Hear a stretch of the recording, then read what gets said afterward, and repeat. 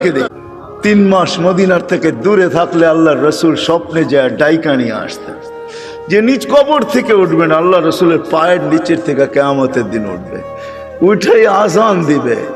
যে খালি পায়ে উলঙ্গ কিয়ামতের মাঠে যাবে না, সে লাল উটের উপরে চড়া যাবে। আমরা সবাই পায়ে হেঁটে যাব কিয়ামতের মাঠে। আল্লাহ তার কাছে আমল নামা চাবে না, বরং আল্লাহ বলবে আদ্দিন লানাল ইয়াউমা ইয়া বেলাল, বেলাল দুনিয়াকে একটা আজান শুনায় দে।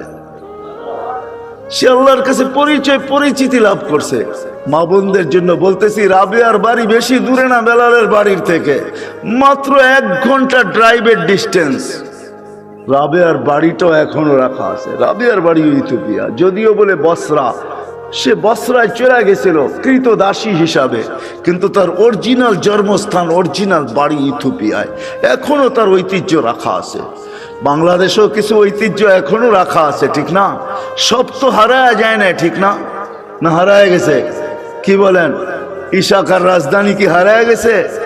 না, বিক্রমপুরের নাম হারায় গেছে। রাজা বীর বিক্রম হারায় গেছে বটে, কিন্তু বিক্রমপুর এখনো কাগজে কলমে লেখা আছে, ঠিক না?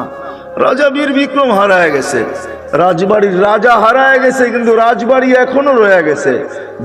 জান্না নাটোরের রাজবাড়ি এখনো রাখা আছে। রাজারা কোথায় আছে কে জানে। আহসান মঞ্জিল আছে, কিন্তু এখন নওয়াব আহসানুল্লাহ নাই। এরকমই রাবেয়ার বাড়ি রাখা আছে। ওইখানে গেল কান্না আসে যে রাবেয়া, তুইও কৃতদাসী ছিলি, তুইও তো 1000 বছর আগে কেমন ছিলি। আজকের গুলাকেই পছন্দ হয় না, তোকে আর কি পছন্দ হইতো? তো রূপরেখাই কিরকম ছিল, কিন্তু